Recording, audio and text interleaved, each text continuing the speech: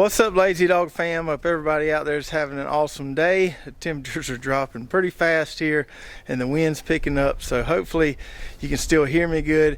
It's been a while since we've done a full garden tour, and we're going to have a lot going on here in the garden plots in the next few weeks. So I want to take you around and show you all 10 plots, what's going on, and kind of set the stage for our next round of videos.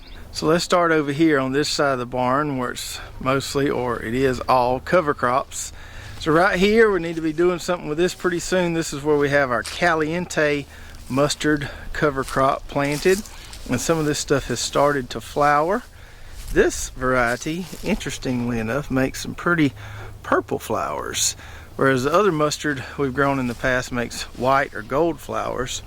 And this one produces a good amount of foliage, so we should get some nice biofumigation once we incorporate this into the soil. So pretty soon we'll need to mow this down. I got to remove those few ochre stalks there. We'll mow this down, till this into the soil, and get the good effects of that biofumigation with that mustard there. The more green material we have, the better biofumigant it is. We got a lot of green material, so it should do a pretty good job. And on this side of that plot, we've got the girls and the chicken tractor there, and they've almost completed their second round on this Bonanza clover here. So they'll be coming down this lane here today. They're talking to me over there. They're ready to be moved. Coming down this way and then going back up that way, and that will complete their second grazing of this Bonanza clover, which has worked over pretty good, as you can see right there. We're going from that to that on this second grazing here, so it may not tolerate a third grazing. We're going to take them off this plot after they make the little two passes right here to finish it off and give it a little break. We'll see if it grows back or not. And when we take them off this plot, they're not going far. They're going right over here to this Bayou kale cover crop, which looks pretty good in some spots. In other spots, like right here, it doesn't look very good at all. Looks like we may have some kind of nutrient deficiency going on in the soil here. The chicken grazing should help that some, but concerns me a little bit, and we might have to do a soil test here to see what's going on, because some spots look really good, others don't look good at all. So one of the good indirect benefits of cover cropping to me is that it provides a good indicator for what's going on in your soil. If the cover crop doesn't look very good, you probably got some issues going on there. It's not a huge loss because we're not really growing this to eat, we're growing it for the chickens to graze.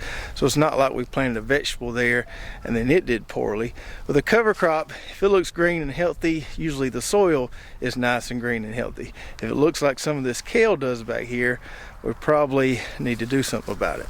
Over here on this side of the barn, we've got our 2 geo bins full there. They'll pack down a little bit as we water them. Probably need to go ahead and set up our third one there. We filled those up as we were cleaning out this plot here the other day. We pulled up some mustard greens that about had it, some marigolds that had got bitten by the frost, some other flowers that were kind of doing poorly. So there's nothing growing in here but some weeds right now.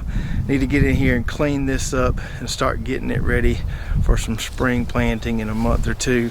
So just kind of hanging out here. We'll probably pull up the tape, do some weeding, do some frequent shallow cultivation, kind of work on our weed seed bank a little bit, because it appears it has gotten a little bit out of hand. Behind that plot, we've got this cool season cover crop cocktail planted here, and we had to mow this because we had a lot of mustard in here that was going to seed and bolting, and I wasn't sure if things were going to grow back after we mowed it. I thought that mustard might just keep going to seed and we might have to incorporate this stuff a little early, but that is not what has happened. Everything seems to be growing back nicely. I don't see any mustard seed heads out there.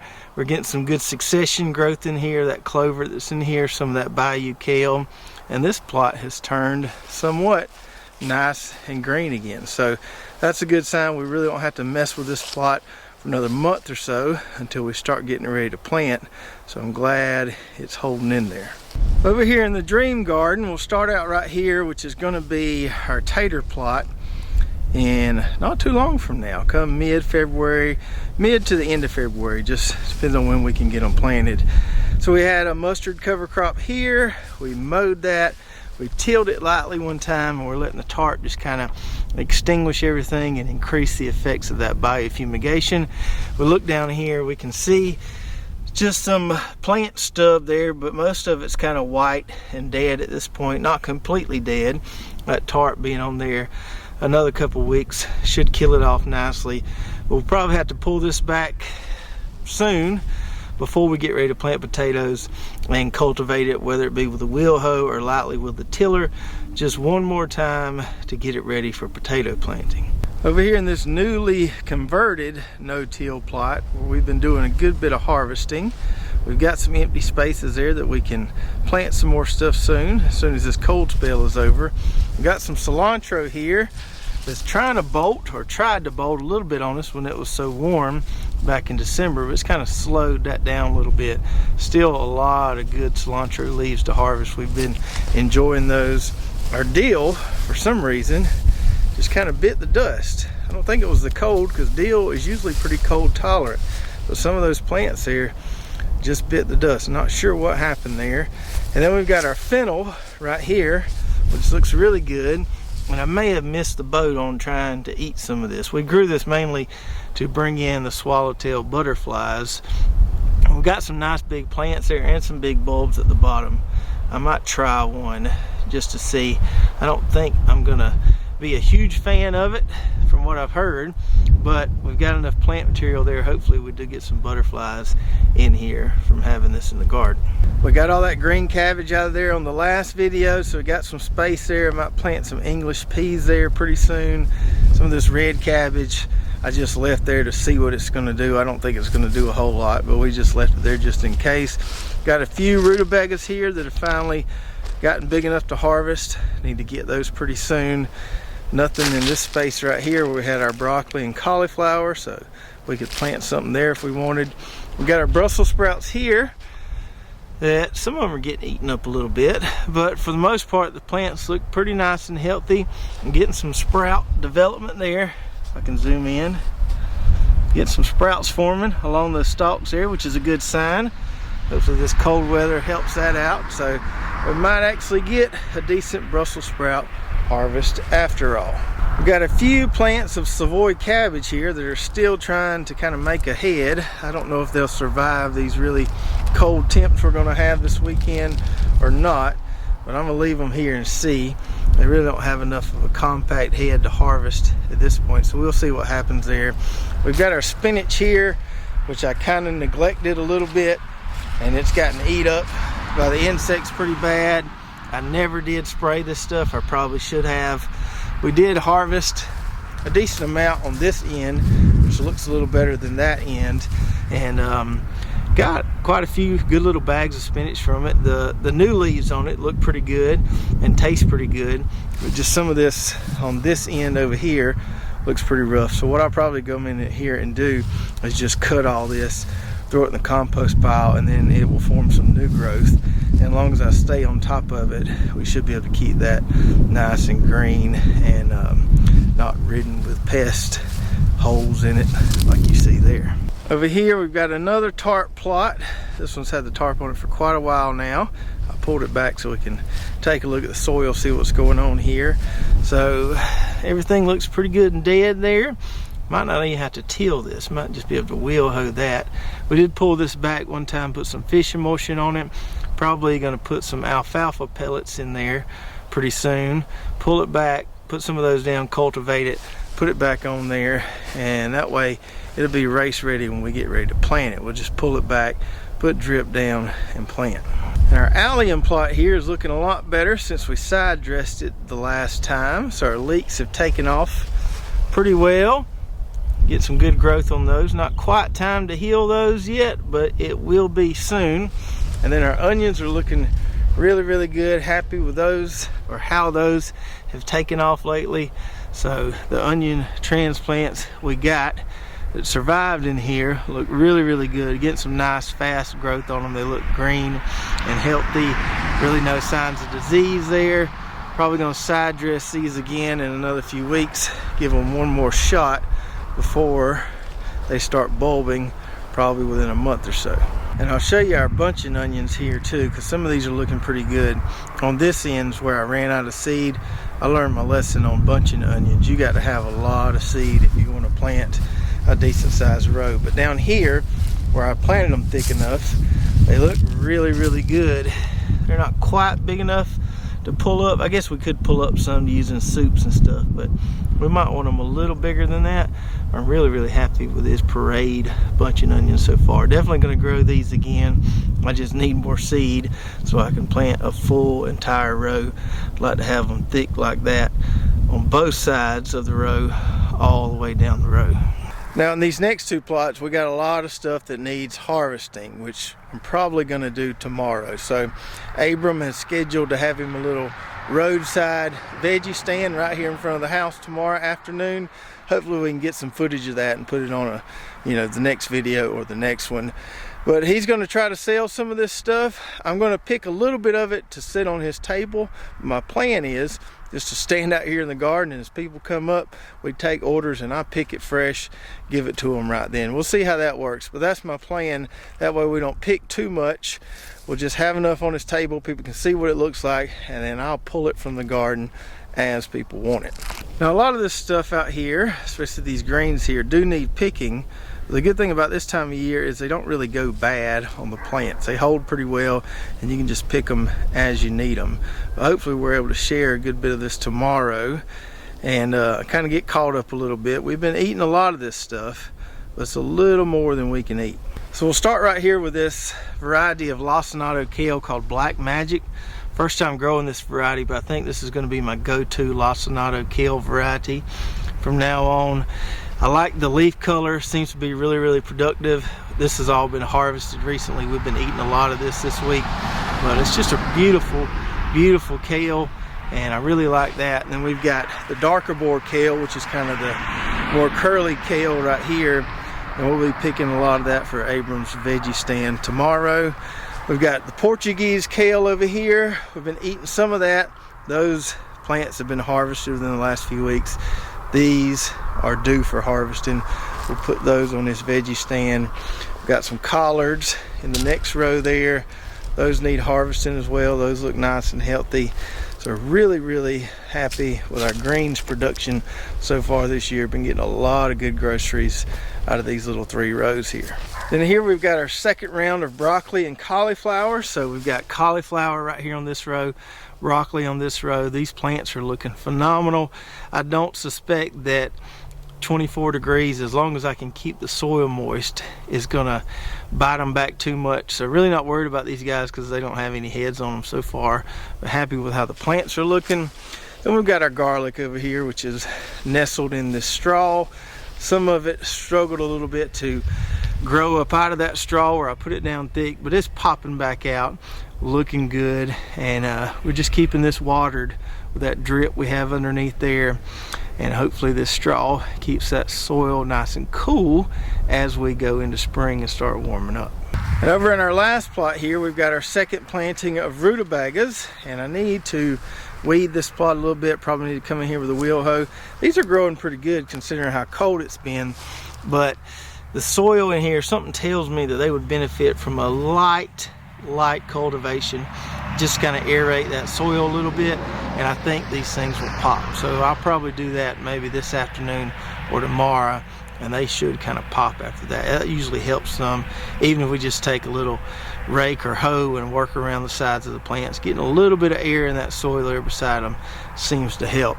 And we've got our celery here we planted on the last video. I watered that in good with a drip. It's hanging in there. We'll see what happens there. And then we've got beets. Lots and lots of beets.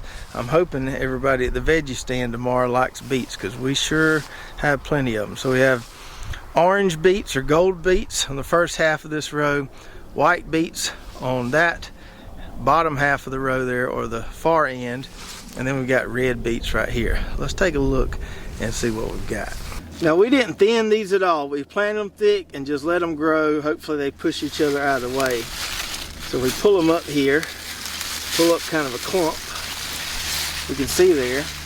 So that's really probably only 2 seeds, maybe 3 seeds worth, because each beet seed produces several plants, and then when you don't thin them, they just kind of grow in a cluster like that right there. But there's some pretty nice sized beets. When you don't thin them, you're going to get little ones like that, and you'll get some big ones. That's pretty good size right there. That's a nice marketable veggie stand looking beet. So these gold beets are pretty. They're not quite as earthy tasting as some of the red beets, and they're beautiful when you cut them open. We'll spare one for the sake of video here so I can show you. Look at the inside of that right there. Isn't that pretty? So I think this variety is called Boldor. I've grown it before. It's a nice performing yellow or orange beet, and I'm really happy with those, how those turned out, considering I didn't really have much effort into them besides just planting them, keeping the weeds down in between them when they were small, and then once they grow up like this, we've got a nice full double row. Don't really have to do anything to them until harvest time. Now on this end of the row, we've got a white beet variety. Never grown this one before, and you can tell a little difference in the leaves. So the leaves on these are a little lighter colored than the gold beets down there, and they don't look anything like red beets because red beets have a little red on the leaves. So let's pull these up. I've tried a couple of these. So this is a variety called Avalanche. So it kind of looks like a radish, but it's a beet. And these are even less earthy than the gold beets. So if you don't like kind of the dirt flavor, as some people call it, that beets tend to have, you might want to try these white Avalanche beets here. They're really good. They look like a turnip but don't taste anything like a turnip. They're really sweet and really tasty. I've been eating a few of these raw out of the garden. They're really good. Some of these haven't gotten as big as some of those gold beets have. That's a pretty nice sized beet right there. I can live with that all day. So pretty happy with this variety so far.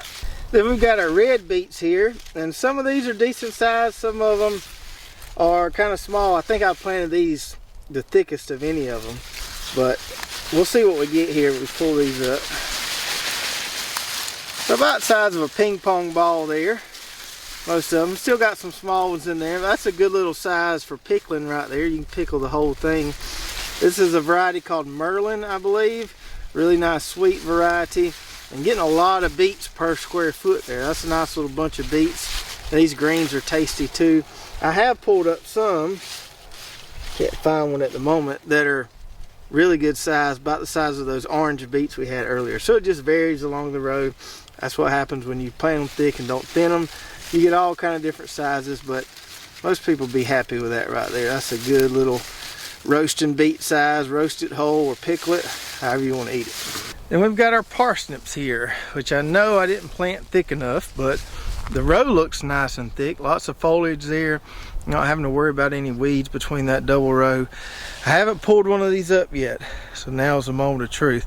I don't think they're ready, but we'll check on their progress. So let's single out one of these down here and see what we've got. Oh, not too bad, not too bad. I think we're supposed to let them get a little bigger than that, but you could probably eat that. Be a nice little roasting size there. So our first try on the parsnips may indeed be a success. We'll probably start eating some of these now and leave a few to see if they get any bigger. And then last but not least, our beautiful carrots here. So I don't have my piece of paper in front of me to remember which variety is which, but I can kind of tell just based on color. I know this variety over here is the Miami carrot. I know this one right here, I'm pretty sure is the dragon carrot. We'll see in a minute when we pull some up. And I don't remember what I planted on this row, but we'll take a look at them and see what we've got. I know these right here, because the plants are wilting back a little bit, I know these are ready to harvest. We're gonna harvest most of these tomorrow.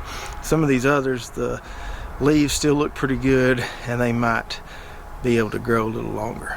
So we get down and dirty here. I'll show you these dragon carrots first.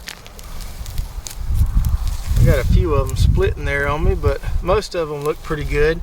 So this is a Chantenay-Carota type carrot, which means it's a short stubby carrot, and that's exactly what we got there. True to variety, but these are really tasty. We've been eating these in some pot roasts and stuff. We'll probably sell a good bit of these tomorrow on the veggie stand because everybody likes colorful carrots. You can see that one there is split. That's unfortunate, but the chickens will probably enjoy that.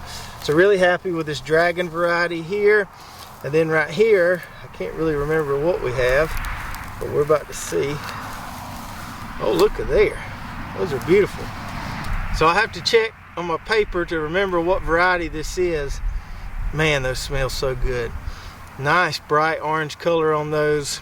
I'll get back with you on what variety that is, but those look really good. They probably will get a little bit bigger, but you can start pulling those and eating them just like that. And man, I just can't get over the smell of those fresh dug carrots there. So good, so tasty, and so much more nutritious grown in the backyard grocery store like that. Now this variety here where the leaves look really nice and green and healthy is one I know. This is a variety called Miami. I've grown before, it's been a while. And I planted these really thick. So some of these might not get super big, but we'll see what they look like here. Oh yeah, oh yeah. Nothing wrong with that.